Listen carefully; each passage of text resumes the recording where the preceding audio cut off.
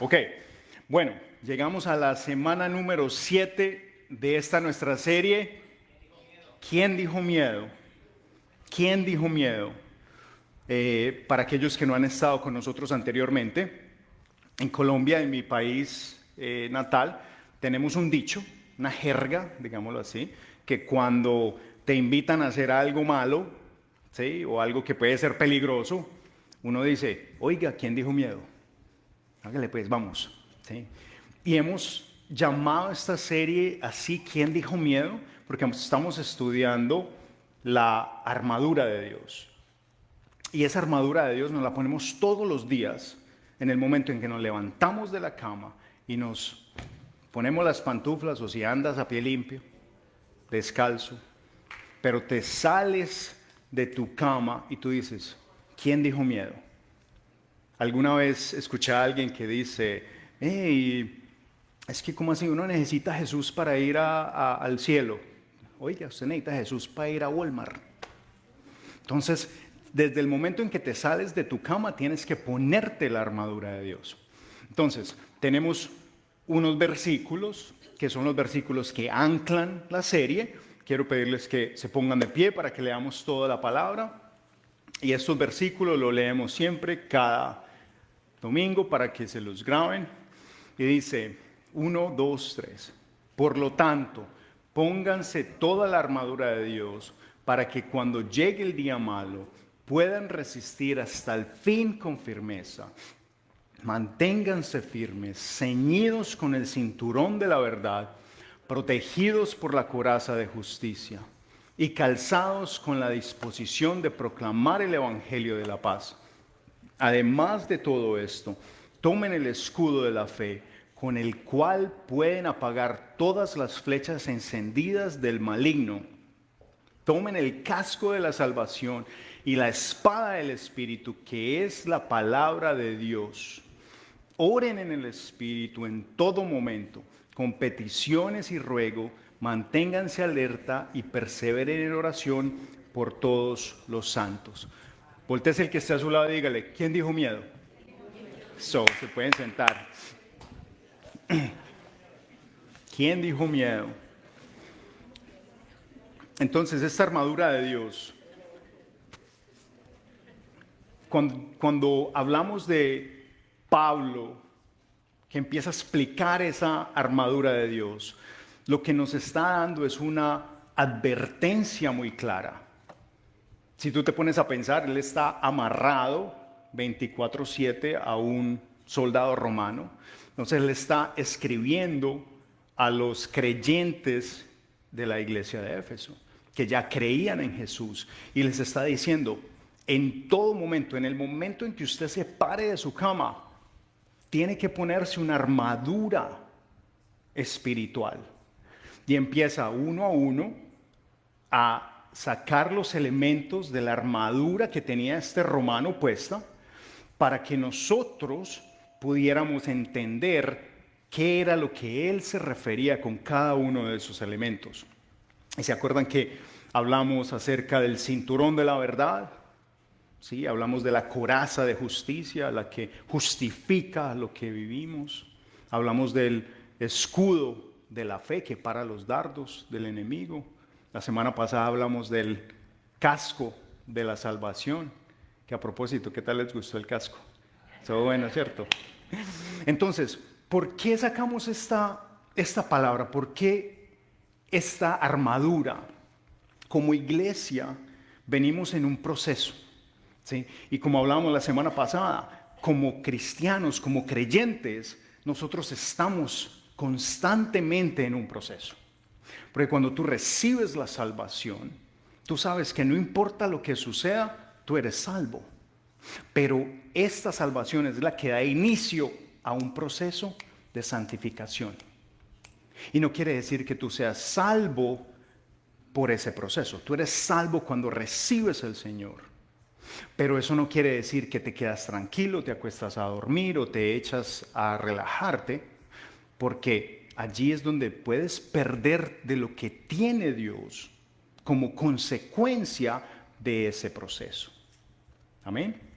Entonces, cuando Él empieza hablar de la armadura, si hablamos de la espada, que es la última parte de la armadura, ¿sí? La espada del Espíritu, dice Pablo, que es la palabra de Dios.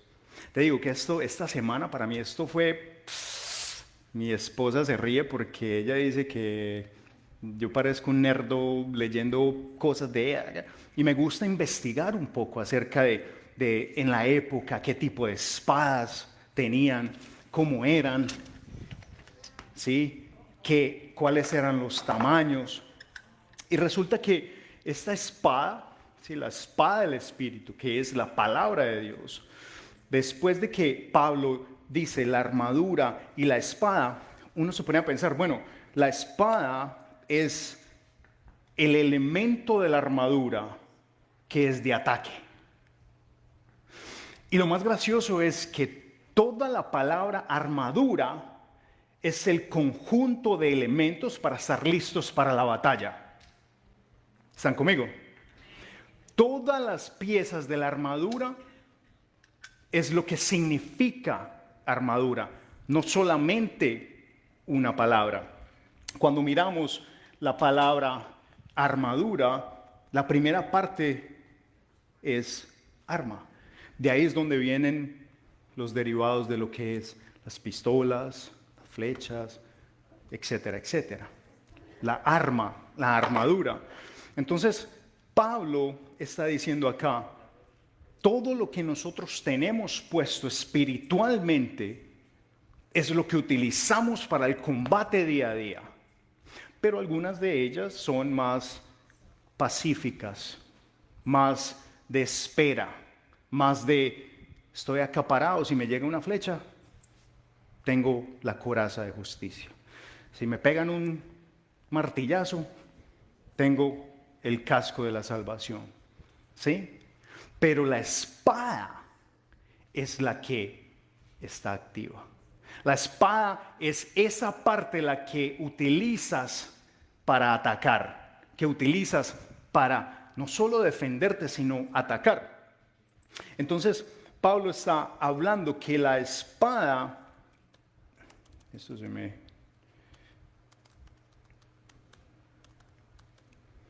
Un momento. Entonces él dice que la espada es esa parte donde tú utilizas para atacar. Porque él dice, cuando llegue el día malo, cuando tú te pones la armadura, él no te está diciendo, por si de pronto llega el día malo. No, hágale porque es que uno de pronto. No, cuando llegue el día malo. Porque en cualquier momento, después de que usted se baje de su cama, cualquier cosa puede suceder. En el baño se puede caer. Cuando sale por la puerta a coger su carro, algo puede suceder. Es más, en el momento en que abres tus ojos, pueden empezar estos pensamientos o cosas que hay a tu alrededor que empiezan a atacarte. ¿Están conmigo? Entonces, en cada momento... Fue muy especial. La semana pasada hablamos del casco de la salvación y cómo cuidamos nuestra mente, pensamientos, diferenciamos de dónde vienen ciertas cosas, si viene del enemigo, o si viene del mundo, o si viene de la carne, ¿sí? O qué viene de Dios. Y al día siguiente, a las muy 7:30 de la mañana, me suena el teléfono. Pastor, necesito que ore por mí. Estoy sintiendo un ataque. Siento algo en mi casa que no sé qué es, pero no se siente bien. Porque inmediatamente que tú te empiezas a dar cuenta que tienes que ponerte una armadura, que tienes que andar pendiente y alerta de todo, allí empiezas a reconocer por dónde ataca el enemigo. No es por si acaso, sino cuándo. En el momento en que tú empiezas a caminar en fe, allí es donde más te va a venir a atacar el enemigo. Me gusta mucho porque Pablo utiliza un término para lo que es la palabra de Dios, que es un término griego que se escribe rema. Y rema es la palabra de Dios declarada, pronunciada en el momento preciso. Entonces, lo que Pablo está diciendo no es conozcan la palabra. Oh, la armadura de Dios, la espada es la palabra, conózcanla. No, utiliza la palabra. Tienes que tenerla lista en el momento adecuado para poder romper, cortar las mentiras del enemigo. Y la espada, algo que me pareció muy curioso porque la espada del soldado romano era aproximadamente de este tamaño. Uno creería que era una espada así, grandísima. Y yo me puse a mirar y yo dije, ¿y por qué de ese tamaño? ¿Por qué tan pequeña? Y resulta que los romanos, como tenían combate cuerpo a cuerpo, o sea, el combate de ellos era muy cercano, ¿se acuerdan del escudo de la fe? Ellos se formaban en línea y avanzaban y necesitaban una espada suficientemente manejable para poder atacar al enemigo y guardar. Avanzar, atacar al enemigo y guardar. Entonces, en cada paso que ellos daban, en cada batalla, si tenían una espada de ese tamaño, apenas iban a hacer así, le daban en el casco al del lado. Entonces era suficientemente pequeña para sacarla por un lado del escudo y atacar. Tenga, lleve para su casa. Sí, y me pareció muy gracioso porque eso me dice que la palabra de Dios es un arma personal, tanto interna como externa. Porque cuando tú recibes esa palabra, no solamente te está protegiendo y defendiendo en tu interior, sino que en tu exterior tú tienes que sacarla para cortar las mentiras del enemigo. Entonces, el tamaño de la espada. Yo quiero que ustedes pongan cuidado porque es que Pablo es muy intencional en lo que está diciendo. Cuando él se pone a mirar todas esas partes de la armadura de un soldado, lo que le está diciendo a ellos es muy concreto. La palabra de Dios, el Espíritu, la espada del Espíritu, que es la palabra de Dios. Vamos a algún lugar con esto. ¿Y qué es lo que pasa? Que el Espíritu de Dios no es un símbolo, es práctica. El Espíritu de Dios no es un símbolo, es práctica. Muchas personas ven el Espíritu Santo como algo bonito, como algo sano, como un concepto de paz, de consuelo. Pero el Espíritu Santo no es una metáfora, es una palabra real, es una persona real que está activa, presente en tu vida a cada momento. Y esa obra se manifiesta en nuestra vida diaria cuando nosotros hablamos la palabra. ¿Están conmigo? Cada vez que tú hablas la palabra de Dios, tú estás manifestando el Espíritu de Dios que vive en ti. No solamente para decorarte, para sonar bonito, para decir, no, es que yo soy muy cristiano y yo digo amén y aleluya para toda, no. Pero en el momento en que llega un ataque, en el momento en que el enemigo te dice, mira a esa mujer, cómo está de querida, y no es tu esposa. ¿Qué tienes que hacer tú? Momentico, esa palabra no es para mí, yo corto aquí, eso es una mentira. En ese momento en el cual el enemigo empieza a atacarte, allí es donde tú tienes que sacar la palabra y volverla viva. En la batalla de David y Goliat, me gustó mucho y hemos venido hablando de la batalla de David y Goliat. Yo espero que hayan podido relacionar un poco las diferentes épocas de cada segmento que ha sido Romanos, que ha sido la batalla de David y Goliat, para que ustedes vean la evolución que han tenido en su pelea, en lo que utilizaban. Y dice 1 Samuel 17:39 que David se ciñó la espada sobre la armadura e intentó caminar, pero no pudo porque no estaba acostumbrado. le dijo a Saúl: no estoy entrenado para ello. No estoy entrenado para ello. Este era el tamaño de la espada de Saúl. Imagínate un muchacho de 16 años, 17 años, flaquito, chiquito, para tratar de sacar esta espada a pelear con un gigante. Pero lo que me gustó fue que dijo: no estoy entrenado para ello, porque para lo que uno no es bueno es para lo que no entrena. Tú nunca vas a ser bueno para lo que no entrenas. Esta semana me sentaba pensando allí mientras me cortaban el pelo. Yo creo que en la vida me han cortado el pelo miles y miles de veces. Y yo miraba cómo me cortaba el pelo y yo decía: bueno, eso parece relativamente gratis. Gratis, fácil.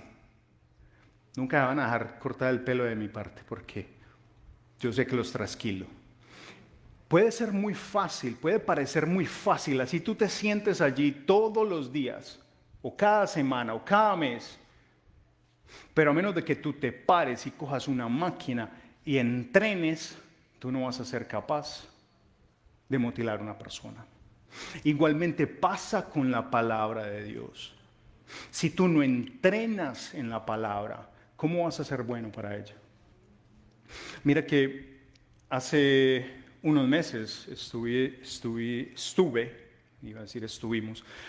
en Colombia. Creo que muchos de ustedes escucharon que algo sucedió con mi papá. Estuvo en cama a punto de morirse y yo sentía en mi corazón que lo que él estaba viviendo era un ataque espiritual.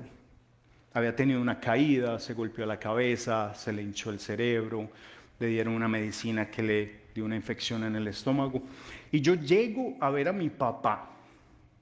Un lunes llegué a las 10 de la noche a ese hospital.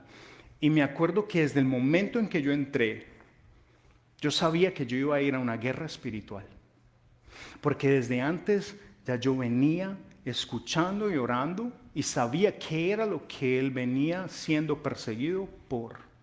Y desde que yo llego, desde las 10 de la noche hasta las 2 de la mañana, yo me paro allí a orar y a refutar y a echar demonios y a sacar espíritus y en el nombre de Jesús, y te vas de aquí y aquí no vas a hacer y no te lo vas a llevar, y a Él lo salvamos, Él le pertenece. 4 horas. Para hacer el mensaje largo corto, mi papá regresa casi de haberse muerto, empieza a poder tragar saliva, ya podía hablar un poco al día siguiente pude bautizarlo. ¿Se acuerdan de ese mensaje? Al día siguiente ya se sentaba. En este momento mi papá está andando la calle, está haciendo chistes, está completamente sano. Amén.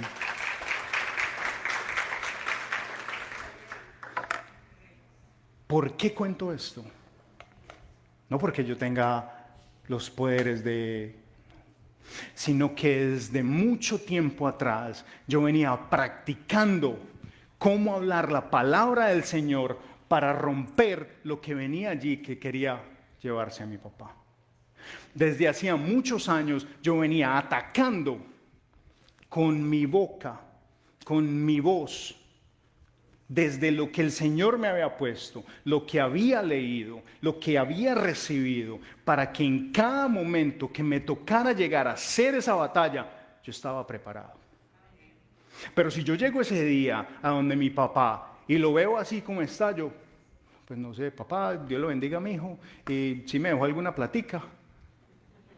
Sí, porque no somos buenos para lo que no entrenamos. Pero cuando Pablo nos dice que la espada del Espíritu es la palabra de Dios, nos está diciendo, tú tienes el Espíritu de Dios, pero tienes que utilizarlo. No puede ser simplemente un adorno porque somos cristianos o porque recibimos al Señor. Tenemos que utilizarlo. Y en la forma en que lo utilizamos no es en violencia, porque la espada no simboliza una violencia física. Y quiero que hagamos el contraste, porque cuando hablamos de una espada de un soldado romano, que es un arma para la batalla, estamos hablando de herir, de matar, ¿sí? De proteger. Pero cuando hablamos de la espada del Espíritu, que es la palabra de Dios, no estamos hablando de violencia. Porque hay muchas personas que utilizan la palabra de Dios para su conveniencia. Y tenemos que tener mucho cuidado con eso. Porque cuando tú utilizas la palabra de Dios para beneficiarte a ti, crea violencia. Cuando tú utilizas la palabra de Dios para hacerle daño a alguien, para criticar a alguien, ¿sí? Crea violencia.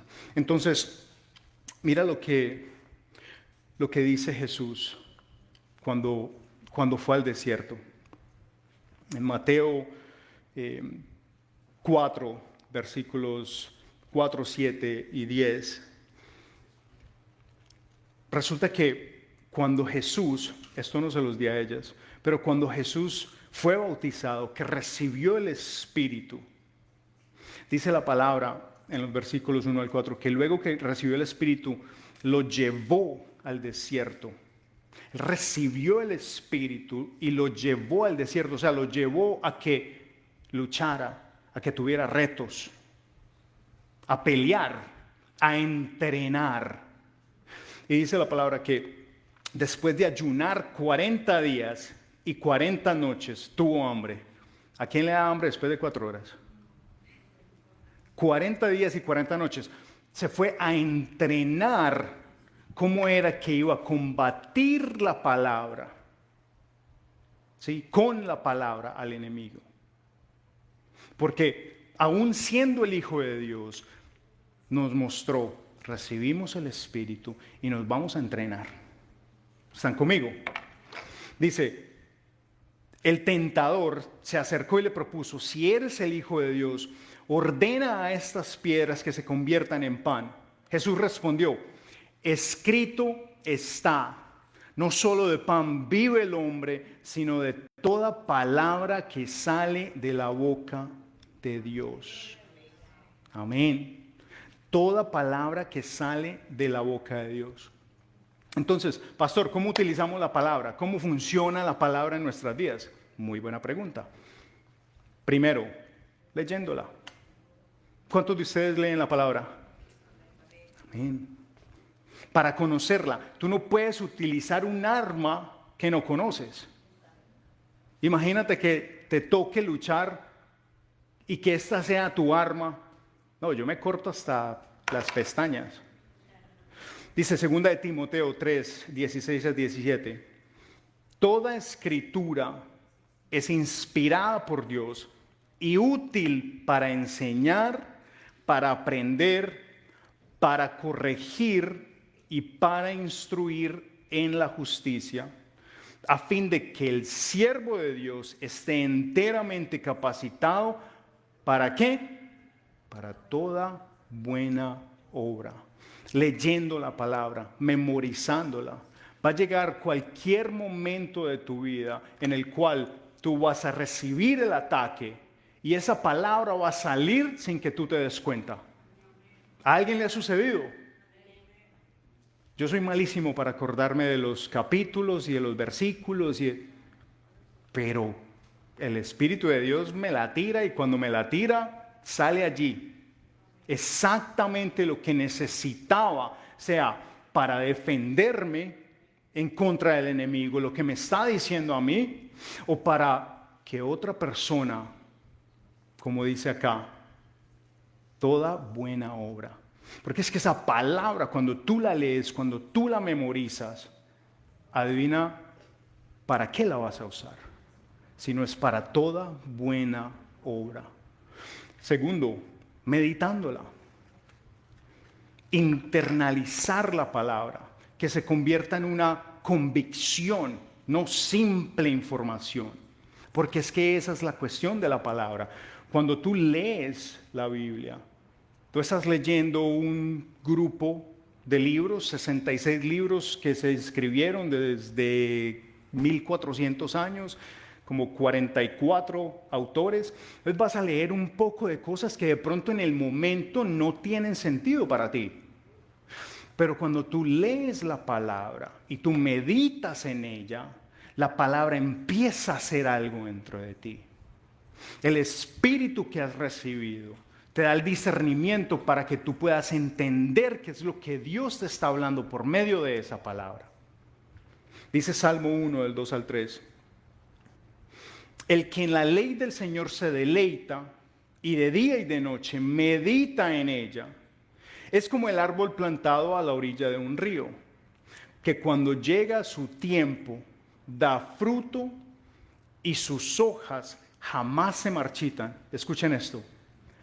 Todo cuanto hace prospera. ¿A cuántos de ustedes les gustaría que todo lo que ustedes hacen prospera? Todo lo que hacen prospera. Yo no puedo ni tener una planta en mi casa porque me muere. Si no fuera por mi esposa, todo cuanto hace prospera. Es lo que hace la palabra. Cuando tú la recibes, internalizas, la interiorizas. Es, como dice allí, es como ese árbol que vive al lado de un río. Tiene ese suministro de agua diariamente.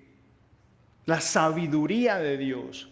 Pero a menos de que tú medites en ella, va a ser simplemente una escritura de alguien que habló de una guerra hace tanta cantidad de años. Número 3, declarándola. Declarándola. Cuando tú lees la palabra, tú sabes, tú meditas en ella, tú tienes el poder de empuñar esa arma. Para en el momento apropiado, cuando llegue el miedo, tú respondes con escritura. Cuando llega la duda, tú respondes con escritura. Cuando llega la tentación, tú respondes con escritura. Y como te dije anteriormente, no quiere decir de que te tengas que saber cada capítulo y cada versículo, y como dice en el libro de Juan, capítulo 10, versículo 7, pero cuando tú la lees y tú la internalizas, la interiorizas, tú dices, Señor, ¿qué me estás hablando acá? ¿Por qué esto no lo entiendo? ¿Qué quería decir Pablo cuando estaba sentado ahí al lado de un soldado romano? ¿Qué quiere decir Juan, que fue el que caminó con Jesús? ¿Cómo tiene que ver eso conmigo hoy? ¿Qué diferencia hace en mi vida? ¿Cómo yo puedo utilizar esa palabra con alguien? Cuando llego a mi trabajo y todos los que están allí tienen la menor idea de quién es el Señor. Y desde que llego están, palabra por aquí, esto por allá. Y la palabra sale de mi boca que corta todos esos ataques. ¿Están conmigo? La palabra penetra. Mira, hay una, Hebreos 4:12. Dice, ciertamente, la palabra de Dios es viva y poderosa y más cortante que cualquier espada de dos filos. Penetra hasta lo más profundo ¿de qué? Del alma y del espíritu, hasta la médula de los huesos, y juzga, y quiero hacer un paréntesis aquí, quiere decir, deja al descubierto o discierne los pensamientos y las intenciones del corazón. Y quiero sacar a relucir eso, porque de nuevo, algunas veces nos vamos por el camino que no es, y tiramos palabra, todo lo puedo en Cristo que me fortalece, y mentiras que estamos sentados en la casa comiendo papitas y viendo televisión, y creciendo para los lados. Todo lo puedo en Cristo que me fortalece, pero no paso la hoja de vida para conseguir un trabajo. ¿Están conmigo? Tenemos que saber cómo penetra esa palabra. Y acá está todo lo que une esto que hemos venido hablando. Jesús es la palabra de Dios. Jesús es la palabra de Dios. Cuando tú recibes esa palabra, cuando tú empiezas a entender, cuando tú recibes al Señor, recibes su Espíritu, tú recibes a Jesús. Esa convicción empieza a moverte, te penetra. Ya tú no piensas de la misma forma, ya tú no lees la Biblia de la misma forma, ya tú no hablas la palabra de la misma forma. Empiezas a caminar sabiendo que Jesús vive dentro de ti. Jesús es la palabra. Esa es una de las verdades más profundas que tiene la Escritura, que la Biblia no solo dice que Jesús habló la palabra, sino que Él mismo es la palabra. Mira lo que dice Juan 1. Juan era uno de los discípulos de Jesús, el que anduvo con Jesús, que era el mejor amigo, ¿sí? el que se sentaba a su derecha, el que le prestaba el oído. Y dice, en el principio ya existía el verbo, y el verbo estaba con Dios, y el verbo era Dios. Esa palabra verbo en griego, en el lenguaje en que fue escrita esa parte de la Biblia, es la palabra logos, que significa palabra vida. Es la expresión visible del pensamiento de Dios. Es esa verdad eterna. Es cuando Juan dice, desde el principio estaba el verbo, y el verbo estaba con Dios, y el verbo era Dios. Ese verbo, esa palabra, ese pensamiento de Dios, ese es Jesús. Ese es el que tú recibes. Ese es el que tú cada día lo sacas para defender, para contrarrestar. Cada día, en cada momento en el que tú te acuerdes de eso, tú estás expresando el verbo. Tú estás expresando la palabra de Dios. Ese es el significado de ser cristiano. Cuando tú lo recibes y sabes que Él es la palabra. Más adelante en ese mismo capítulo de Juan, en el versículo 14, dice, y el verbo se hizo hombre y habitó entre nosotros. Y contemplamos su gloria, la gloria que corresponde al Hijo del Padre, lleno de gracia y de verdad. Qué tan increíble que la palabra no se quedó en el cielo. ¿Sí? Que no tenemos que hacer un poco de cosas para recibir ese verbo, para decir, Él vive en nosotros, que somos salvos. Por eso si alguno hasta el día de hoy no ha recibido al Señor, yo lo invito a que lo haga. Que no se quede solamente en pensamiento o en emoción, pero que se declare, porque así como lo dice Él, cuando sale de tu boca, lo que en tu corazón mora es lo que te salva. Mira lo que dice Romanos 10. Esta es una de las palabras más populares en nuestra iglesia cristiana. Versículos 8 al 11 dice, ¿pero qué dice? La palabra está cerca de ti. ¿Quién es la palabra?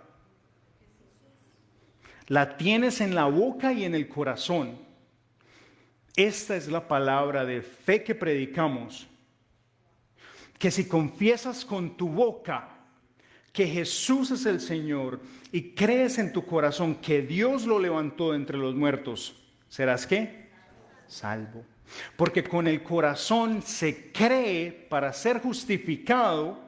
Escuchen bien, con el corazón se cree para ser justificado, pero con la boca se confiesa para ser ¿qué? Salvo. Así dice la Escritura, todo el que confíe en Él, no será jamás defraudado. Con esto quiero cerrar. Si tú no has confesado, si tú no has empezado a confesar esa verdad que vive en ti, yo te quiero invitar a que lo hagas hoy. Es lo más hermoso que pueda existir. Cuando tú hablas esa verdad, cuando tú sacas ese verbo, el Espíritu de Dios, cuando tú empiezas a manejar la palabra de Dios que sale de tu boca, vas a ver lo que hace en tu vida y lo que hace en la vida de todos los que están a tu alrededor. Así que hoy, yo los quiero invitar a que pongamos nuestros rostros, inclinemos nuestros rostros y vamos a hacer una oración todos juntos.